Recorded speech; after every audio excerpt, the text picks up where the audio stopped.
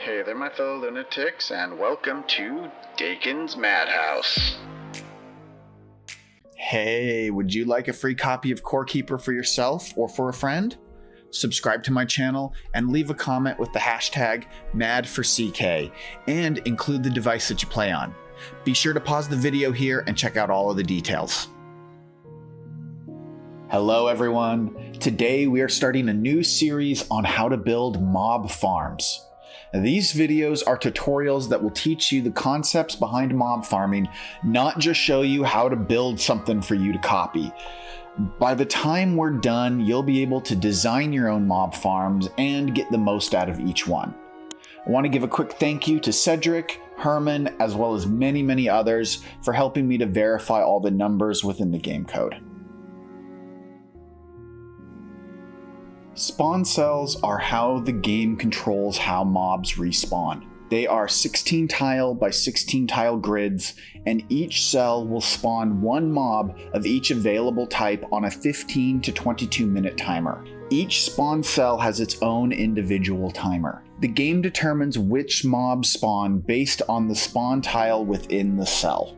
Additionally, it's worth noting that all spawn tiles within 6 blocks of the player won't spawn anything when the timer ticks off. You need to stay at least 7 tiles away, but you also need to stay within 208 tiles or 13 spawn cells, or the mobs won't spawn either. This means that mob farms won't work if you're out exploring in the mid to late game. You have to stay close, but not too close. If you are on PC, you have an advantage. There's an old map tool website that at the time of this recording is outdated and most of its functions are broken. Hopefully by the time you watch this, the site will have been updated, but regardless, there is a feature on that site that still works: the spawn cell locator. I've linked the map tool URL in the description. Follow the instructions on the site to load up your map and turn on the grid to show you the spawn cell overlay. If you use Chrome, you can enable auto refresh whenever you open and close your map in-game, and that will make it even easier to identify exactly where your spawn cells are. Now, if you're playing on console, there are a couple of ways to handle this. First, you can just count out the tiles. Every 16 tiles in any direction is a new spawn cell. Start at 0, 0 on the map. You can see the coordinates in the top right corner. You can also use your cursor and point to any spot on the map to see how far away from the core that spot is. Which leads us to the second way to figure out where spawn cells are. Math. I know, it's not fun, but bear with me here. Find the coordinates on the map that you want to make your mob farm. Let's use these coordinates here, -38 and 40. You'll take these two coordinates and divide each number by 16. This will give you two numbers with decimals. In our example, the numbers are -2.375 and 2.5. If the number is positive, round down. If the number is negative, round up. Again, for our example, this would give us -3 and 2. Then take those two numbers and multiply them by 16.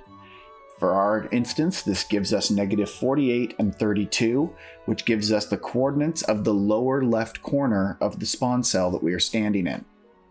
So then you just start there, go up 15 tiles, go right 15 tiles, and mark out your spawn cell, and then expand from there. Now that you know how to find your spawn cells, let's talk about how to make the most of them. So now you just have to determine what kind of mob farm you want. Do you want a docile farm? These are mob farms where only allied mobs are together in the spawn cell. They don't do any aggroing or attacking. Alternatively, you could make an active farm. This is a type of mob farm where you mix all of the types together. Technically, an active mob farm is the most tile-efficient method, but it does come with some drawbacks.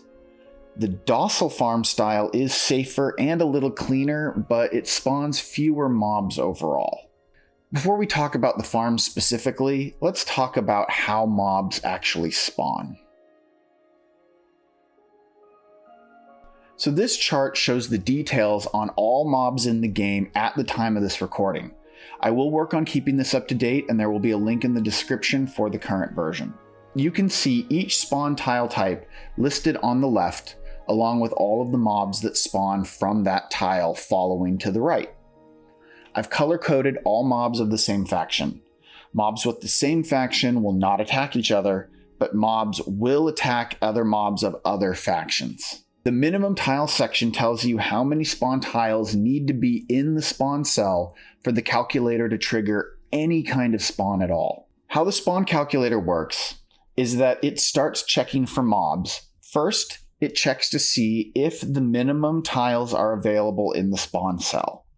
If there are, it then goes down those tiles one by one and attempts to spawn a mob. The spawn chance per tile column shows the percent chance that a mob will spawn for each tile tick. Using probability distribution, we can extrapolate the odds for the next two columns. The column for number of tiles for max spawn chance tells us how many tiles we need to get to the highest probable chance for a mob to spawn within that spawn cell. The number in the column for max spawn chance tells us the percent probability that a mob will spawn once every tile in that spawn cell has ticked. So what does all of that mean? Let's use the orange slime as an example. Every 15 to 22 minutes, the game checks the spawn cell. If it detects at least 6 ground slime, it will start trying to spawn an orange slime. Tile 1 has a 30% chance to spawn an orange slime. If one spawns, then the timer resets for another 15 to 22 minutes. If one doesn't spawn, then it moves on to the next tile, which also has a 30% chance. It repeats this process until a mob spawns or there are no more tiles to check. For orange slimes, the probability of a slime spawning 99% of the time occurs at 13 ground slime tiles placed. Now there is always a chance, even a small one, that no mobs will spawn, regardless of how many tiles you place down. I also want to note that the timer checks all mob tile types at the same time. So if you have multiple spawn types in a single spawn cell, it doesn't just check one of them and then stop. It goes through the process for every single tile type. Active mob farms mix all spawn types. It has a few drawbacks that one must take into consideration though. Caveling brutes will destroy your farm if they fight anything. Because of this, you cannot use stone moss tiles in an active farm. Those have to be kept separate. Bomb scarabs will also destroy your farm if they explode. As such, you cannot use desert ground in an active mob farm. These have to be kept separate as well. Due to biome requirements, you cannot use beach sand and desert sand in the same spawn cell. Only one will spawn mobs, and that's only if you're in the desert or the sea biomes. If you're not, neither will spawn anything. When it comes to filling up an active spawn cell, I like to put 13 of every slime and moss tile except magma, where I used 35 tiles. I put down 44 moss blocks, 44 fungal soils, and 29 crystal crust. That fills out all 256 tiles in the spawn cell. Beach sand, desert blocks, and stone moss, I fill an entire spawn cell with their tiles.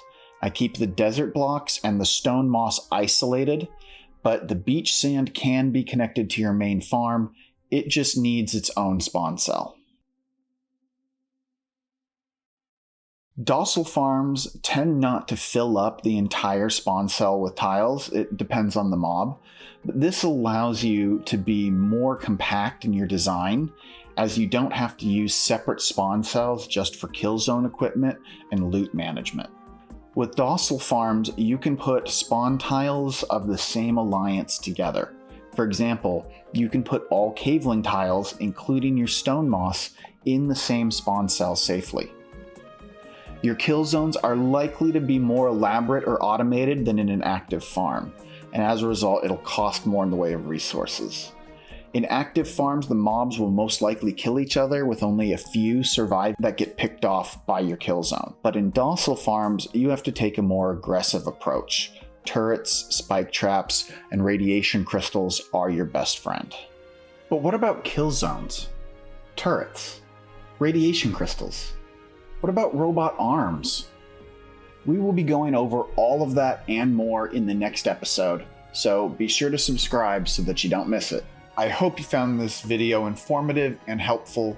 If you enjoyed it, please be sure to hit that like button, subscribe for future content, and if you are feeling really generous, please join us on Patreon or become a YouTube member.